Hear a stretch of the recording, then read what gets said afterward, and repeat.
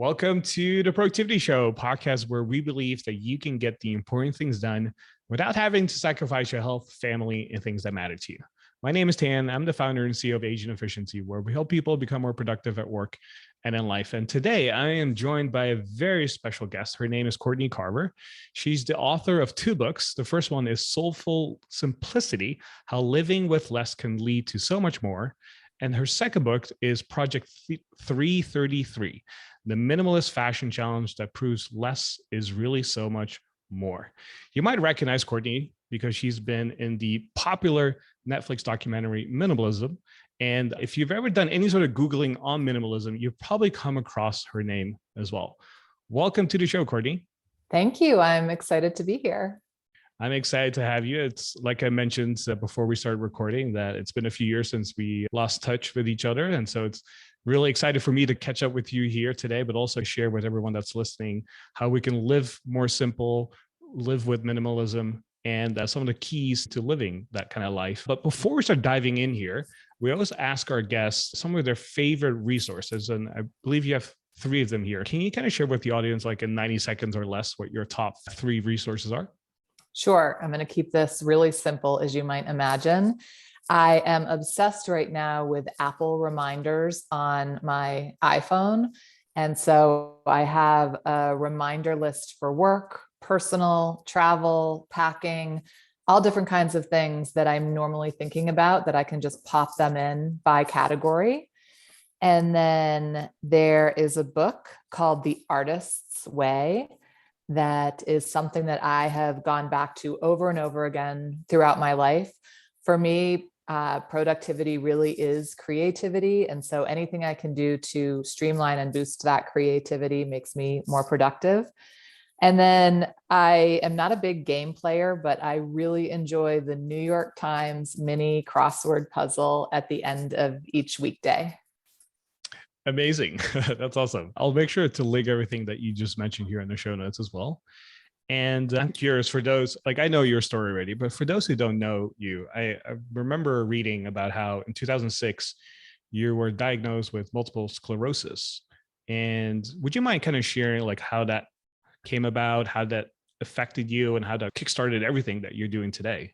Yeah, it really, when I say it changed my life, I mean, it changed my life in so many ways. I don't think I would be sitting here talking to you today if I hadn't been diagnosed with MS in 2006. That was really pre-simplicity for me, pre-intentionality.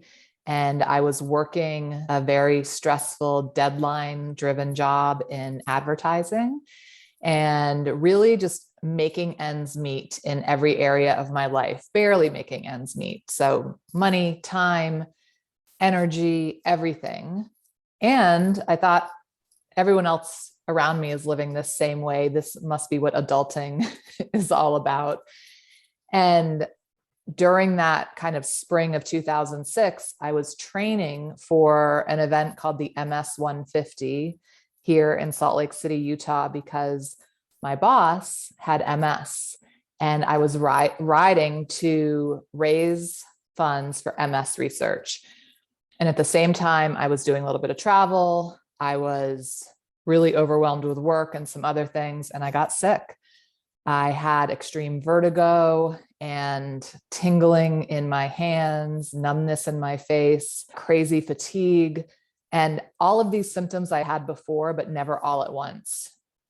And so over the period of a few months, I started digging in with doctors and specialists. And ironically, I had to miss the MS ride because I could barely walk a straight line, let alone get on a bike. And very shortly after the ride, I had my very own diagnosis of multiple sclerosis. And it was not immediate because, of course, first comes the shock and the uncertainty. And like my only face of MS was my boss at the time, who had MS for a really long time and a different version of MS that I had. He had been in a wheelchair as long as I had known him. And I was frankly terrified. But very quickly, because of the support I got from my family and my coworkers and friends, I was able to say, what should I do next? What can I do to be proactive here and I started researching about how people live well with MS. And almost every story I read and all the research I did turned to reducing stress. And being the overachiever that I was at the time, I was like, that's it. I'm going to eliminate all stress from my life. And I started down that path. And as I was removing stress, I realized that the thread that tied all of the changes together that I was making was simplicity. And that's when I started really deep diving into buying my life. So what were some examples of stress that you were dealing with that you then eliminated? I think this is different for everyone, but for me, I wanted to, first of all, change the way I was changing, because change for me was stressful. Like, I always tried to make these really big changes in my life, and I wanted them to happen fast, and I wanted them to happen perfectly and have immediate results. And that always meant burnout and having to do the same change over and over again, year after year. And so this time I decided I would make one change at a time, focus on whatever needed to be worked on for as long as it took, and then move on to the next thing. And so the first thing I did is really take a good look at what I ate and what I thought might be causing stress in my body. And while this wasn't nutritionist or doctor recommended, I decided to remove all animal products. And then eventually, over the years, I added back in not any meat, but some seafood, some dairy, and eliminated other things. And I feel like I'm always assessing what makes me feel good and what doesn't, and paying attention to that. And then the next thing after that, that I felt was the most stressful thing in my life, was debt. I went into debt when I was 18 and made it my job to stay there for as long as possible. And so after being in debt for decades, I had never imagined what it would be like to have no debt, but decided that because it was so stressful, because I felt like I was always trying to make those ends meet, and because I was always overextending myself, I knew that had to change. And even though it took a few years, as a family, we became debt-free. So that kind of cut out a whole block of stress. And while I was paying off debt and not bringing as much in to the house from shopping and spending, I realized that the stuff around me was stressful too, which I had never really thought of my stuff as stressful. But when I was paying attention, I realized it was a reminder of my debt, of my discontent, of my it's never enough, and of my I'm working my butt off here to afford all of these things that I'm not even using or enjoying. And so there was a real aha moment for me there in terms of reducing my belongings and spending overall. And then from there, I thought that would be it, but then it just kept going. And my job was so stressful. So I figured out how to do a different job, which is what I do now. My house that I owned was very stressful because the mortgage was huge. The house was really big. It was a lot of caretaking. And so we downsized. And then a few years went by and I thought, now I must be done simplifying. But more things came up, and I imagine they still will. In 2019, I stopped drinking alcohol and even though it was stressful prior to 2019, it wasn't the right time. And when it was the right time, I decided to leave that behind as well. So little things keep coming up and surprising me about simplicity. Yeah, it sounds like there's almost like no end to simplicity, because things are evolving, you are evolving as a person, things are always changing around you, you're growing and evolving over time as well. Like there is really no end. There's just a change in the season sometimes too. And as you were Exactly. going through this process, was this how the blog and the website got started? Be More with Less? It is. So in 2010, I started the blog Be More with Less to start to talk about my journey of simplifying. I was still paying off debt then, still very much decluttering and figuring things out. And that was the best time to really start connecting with other people who were on a similar journey, instead of waiting until I thought I was had figured it all out. I'm so glad I did that. Otherwise, if I had waited until I figured it all out, I still wouldn't be doing it because I'm still figuring it out. So it was a really good time for me because I had some accountability and some connection and support and was being able to learn new things along the way. So one of the things that I think you're most well known for is Project 333. And it's also called the Minimalist Fashion Challenge. Could you explain what that is and how this came about? Sure. So in 2010, I had been simplifying for a few years and decluttering, but never my closet, never my wardrobe. I thought that shopping for clothes reduced stress. It was a stress reliever for me, or so I told myself that story. And my closet was just full all the time. And ironically, I never had anything to wear. So I knew there was a problem there, but I also knew my usual slow and steady approach wasn't going to work. It was so out of hand because not only did I have a closet full of clothes, but I had boxes of clothes for different seasons and from moving that I had never gone back to, just lots of clothes. And so I thought I would create a challenge for myself. And I thought about what I might need for 3 months and decided on the number 33, mostly because I thought it sounded fun, but also because my number, when I looked at what I thought I would need, was probably in between 40 and 50, 40 and 60. And I thought this is supposed to be challenging. So let's see what happens if we do 33 items for 3 months, including clothing, jewelry, shoes, and accessories, and not including things like underwear, sleepwear, and workout clothes, as long as the workout clothes are working out. Now, this was back in 2010, really before the whole athleisure wear, and definitely before pandemic wear. So things have changed quite a bit, although the challenge hasn't changed for me at all. So I do have more sweatpants in my wardrobe, but they count in my 33 items. So for 3 months, I dressed with 33 items and I shared about it on the blog, this very new blog that I had. And people were really interested. They were struggling with their clothes as well. And while I wasn't sure what the benefits would be, I just wanted some peace. I wanted to stop thinking about all the money I spent on clothes, all the decisions I had to make every day about what I was going to wear, and all this thinking about what everyone else thought about what I was wearing. And that's exactly what happened. I almost immediately had this sense of relief by seeing only 33 items.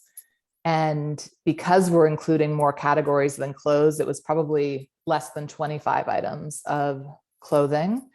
I was working full time, going to events, doing things, and it was enough. And this is I remember that first season was in October, November, December. And we started out in temperatures of 90 degrees and ended in snow. It accommodated all of that. And because of the benefits I experienced, today, 12 years later, I still dress with 33 items or less every 3 months, just to really streamline that part of my life.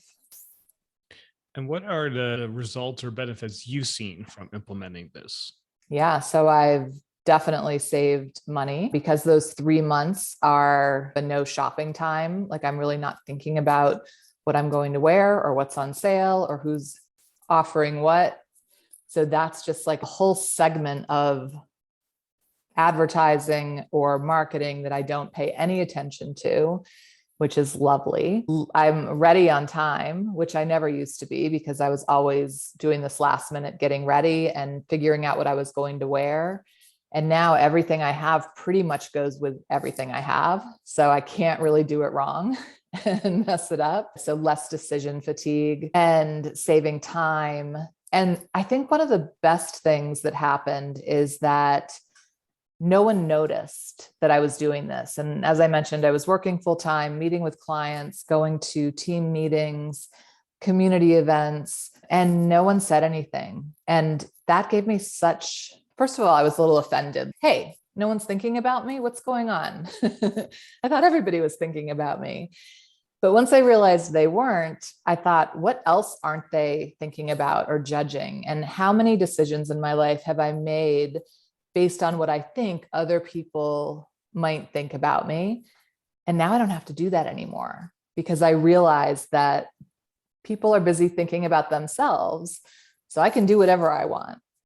It was great freedom.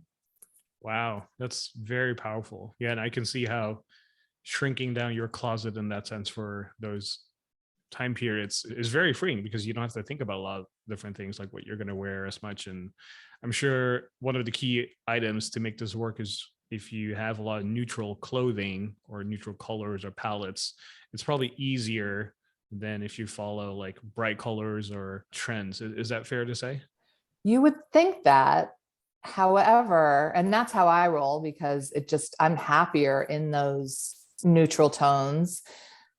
But there are so many great examples of super colorful, patterned, trendy wardrobes that follow Project 333. So people have found a way to make it their own. And there are really no rules about you have to wear one color or only three colors. It's amazing how creative you can get by limiting yourself. And in fact, I think that really boosts creativity. Because in order to have creativity, you have to have constraint. Otherwise, there is really no creativity at the end of the day. So by having that constraint, right, that allows that to foster. Yeah, that makes a lot of sense. Have you seen any differences in how men and women implement this? I think as a really big generalization here that men have an easier go of it than women. However, men notice the benefits from it as well. And it all depends on what you're counting. So I encourage people all the time to break the rules if sticking with the rules I put forward is going to be a deal breaker, because I think you can still benefit from the challenge, even if you're unwilling to count shoes, for instance. Let's say that's an absolute not, you can still see a really big difference. And so for men, I think more than anything else, they're looking at their accessories. Are you counting your sunglasses? Are you counting your wallet? Are you counting belts? Because they first think, and again, really big generalization here, and mostly women that are participating, as the majority of my audience is women. But the questions that I get from men are usually like, do I count this? Do I count my wallet? Do I count my watch, my Fitbit? Like what, whatever. Interesting that the men worry about the accessories more than the women. I would always think it would be the other way, because I think women generally accessorize more and better than men. And typically I find that men have very few accessories, like they wear a watch and a belt and that's about it. But maybe they have more variations of them. Yeah, maybe. Women ask the questions as well. But I just find it interesting. I think at first, more men than women assume that they don't even have enough items to participate, but they almost always do. So I want to also ask you about minimalism and just simple living in general. Is it maybe fair to say that there's more to minimalism than just decluttering and getting rid of stuff? What's the key to minimalism? For sure. So I have, over many years, come to define minimalism as removing the things that remove you from your life. And I don't just mean the things that sit on your countertops or in your closet, but just things in general. Think about on a day-to-day basis, what makes you not present? What removes you from noticing your life, from enjoying your life, from being present for a person or a project? And those are the things that I choose to remove. So when it comes to removing stuff, like I'm sure everyone has heard of Marie Kondo saying, oh, does this spark joy? How does that resonate with you? Is that like a thought process you go through, or how do you eliminate stuff? It depends. I think in the beginning, there was so much to remove that it had to be just a kind of like I tried not to overthink it. And instead, just if I'm not using this, or if I'm not really excited about it, then it's gone. And if there were things that I wasn't sure about, or I told stories about, like I might need this just in case, then instead of completely stressing myself out by getting rid of it, I would put it in a box and not label the box and then just hide the box. And I would say in every single time I did that, within a month or two, I forgot what was in the box and then I could let the whole thing go. But we have such an emotional attachment to the things that are around us that we see every day that we put a lot of meaning on it and a lot of hopes and dreams and how we might use it in the future. I think mostly because we feel bad that we haven't used it yet and we spent money on it. And so we want to get our money's worth somehow and not admit that we made a mistake bringing it in the house in the first place. But I don't think we have time for that.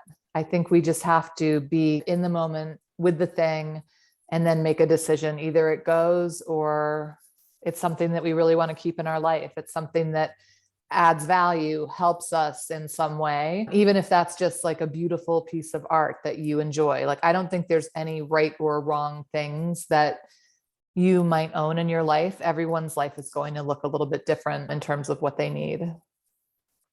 I remember reading a blog post of yours a while back, and you wrote how you like to journal, but you don't tend to keep your journals.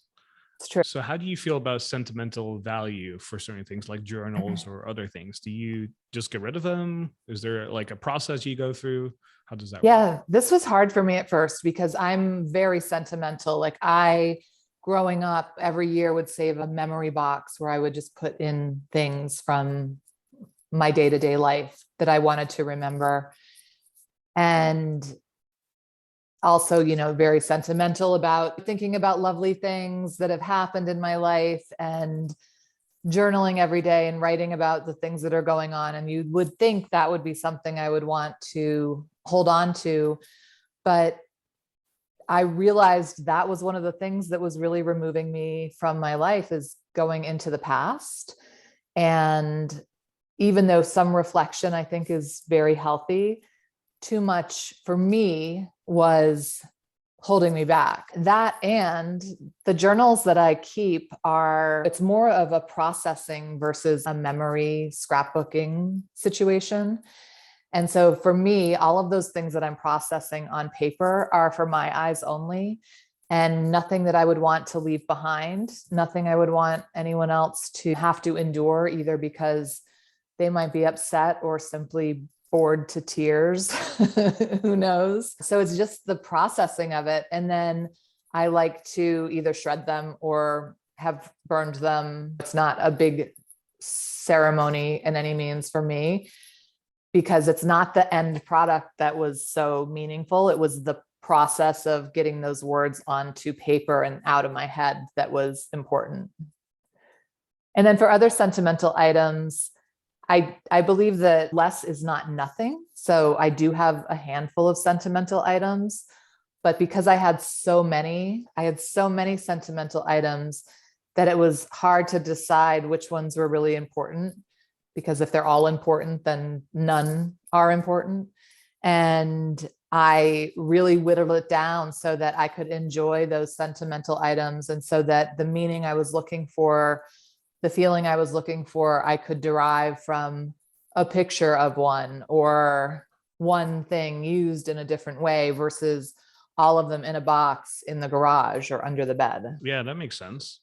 And as you were going through not only this process, but over the last decade plus now, I know your daughter Bailey is a young adult, so she was there with you along the way. I'm curious to hear, like, how did this process of going through like simple living and getting rid of stuff and minimizing, was it challenging to do that with having a young kid with you? Are there any particular challenges that you might want to speak to for people who are parents and have kids? I would say the only challenge for me is that somewhere in my mind, I wanted Bailey, my daughter, who was probably like pre-teen at the time, to be just as excited as I was about letting go and simplifying and changing everything. And same with my husband. Like, I wanted us all to be on the same page. And I realized really quickly that that's just not how it works. And that me forcing that on either of them was going to probably just turn them into hoarders later on, just to get back at me for making them simplify. And so I really shifted pretty quickly to just staying focused on my own stuff and letting them see the benefits of simplified me. Was I a better person to be around, a nicer person, a gentler person, because I was having less stress in my life? And seeing me, I think, soften and become healthier and really happier was walking the walk instead of talking the talk. Like, I didn't need to sit down with my 11-year-old and have a big conversation about why she needed to get rid of all the stuff in her room. But instead, I just did my thing. And now, as an adult in her soon to be late 20s, like, I've seen how she has adopted a lot of the principles that I thought were important without me telling her to do that before it was time. Wow, that's amazing. And so, speaking of your daughter, Bailey, I know you two do a podcast together, and I want to ask you about this. But before I do, we've talked a lot about decluttering, getting rid of stuff. I'm curious to hear the flip side of things, meaning when you buy something, what's your thought process about buying? Do you typically buy stuff new? Is there a long checklist of things you have to go through before you decide to buy something? Like, how do you actually think about buying stuff? It depends what it is. So if we're talking about like clothes and wardrobe things, I'm almost always just replacing something that I already have, because by now I have figured out what really works for me and I'll just replace it. Occasionally I'll find something else, but it's never a like, I'm going to go find what I'm going to find. I don't spend any time browsing, shopping, that kind of thing. It's okay. I see this need. Do I need to fill it immediately, or do I have plenty of time?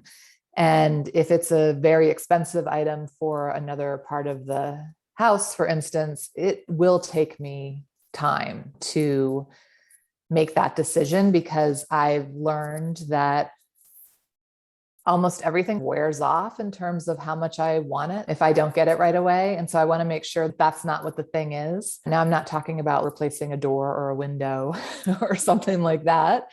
But if I'm trying to think of an example. Yeah, I can't think of anything off the top of my head, but if it's an expensive item for the house, I'll take a lot of time to think about it. And even less expensive stuff, I just know I'm not going to want it as much as I do in that moment. And I try to look at what that moment is and what I am trying to get from this thing. Is this thing serving a need? Or am I bored or hungry or angry? Or because I've shopped my way out of a lot of problems, or tried to in my past. And I know not everyone is like that, but often I just need a little more time to decide. And sometimes I'll buy something and then just promptly return it. Yeah, I think that's good for people to know too, that, hey, things are realistic here, in the sense that you do buy stuff every now and then. You go, hey, you know what? This is just not for me. I'm going to return this. And maybe for bigger items, it takes a little bit more time, but also you have that self-awareness, I think, over the years that you've created for yourself to say, hey, you know what? If I wait 7 days, then maybe at the end of 7 days, if I still want it, maybe I will purchase it. But oftentimes you probably find yourself in a situation where you go, no, I'm okay. I actually don't need this. Yeah, especially anything I see on Instagram or TikTok or in email. Like, I know I didn't want that until I saw it. So if I want it now, is it because of how I'm feeling or because of the exceptional marketing? And can I somehow just remove myself from that? So speaking of the podcast, Bailey, I've listened to a few episodes here. So first of all, I want to say, I think it's a great idea that you're doing a podcast with your daughter. It's very interesting to hear a mom and daughter relationship in public. It's almost as if you're sitting next to them at a coffee shop and you go, oh, this is what people talk about. Like, you talk about what shows you're watching, what you're enjoying, and that kind of thing. Talk to me a little bit about how that got started and how you guys feel about it today. Yeah, a couple of things I think are before we started the podcast, and even still now, we talk almost every morning. So we live close by, but still she'll call me around 8 a.m. while she's making her coffee, and we just chat about things. And I remember one time thinking, because I laugh so hard when I talk with her, and we always trade stories and fun resources. And I thought it would be so fun if people could listen in on this conversation. And then I thought maybe I'm the only one who thinks this is fascinating and fun. but we talked about it a little bit, and she wanted to start a podcast on her own. And at the same time, I was planning to start a podcast for a new book coming out. And I threw my idea out. I didn't want to do it for this like promotional reason only. And she discovered she didn't really like recording on her own. And so we talked about doing it together and seeing what would happen. And I remember so we started in late 2019. And the first time we got together, we went to a co-working space that had a recording room and one microphone. And so we were both huddled around the one microphone, trying to record, see what would happen. We quickly decided we needed two microphones. So there was an example of a purchase I made without really giving it a whole lot of thought. But it was interesting just figuring out like what we wanted to talk about and how we wanted to talk about it, because some podcasts are heavily research-based and planned out. And I thought we would go in that direction. And then she a few times just said, let's just see what happens. And so for the most part, it's not heavily researched. It's our conversation. It's the conversation we might have at 8:00 in the morning over coffee, except now we're sharing it with lots of listeners. Has your relationship improved because of doing this project together? Oh, wow. We've had a great relationship. So I don't know if it improved it. I just know we get to spend more time together, which I adore. And it's so fun to work on projects with her. She works in social media management. So she does some projects for me in other areas, but this is such a collaborative project that we're just having a lot of fun. I think it's very inspirational for many people to hear this like great relationship between a mom and daughter. I think that's very aspirational for many people. So I would say keep up the great work, because I'm sure you're inspiring so many people. Oh, thanks. Courtney, as always, good things come to an end. And I want to say, first of all, foremost, thank you for being on the show today. And if people want to find out more about you, your books, your podcasts, where should people go? Probably the best place to go is my website, bemorewithless.com. Okay. And then could you mention maybe the podcast you have with your daughter? Sure. And the books?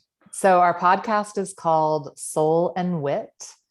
And for social media, the best place to find me is on Instagram at @BeMoreWithLess. And I also have a membership program called the Simplicity Space that if you want to work more closely with me and an amazing community, I highly recommend checking that out. Amazing. I'll make sure to link all of that here in the show notes. And thank you again for being here. And for everybody else, thanks for joining us. And we'll see you next Productive Monday. Thanks.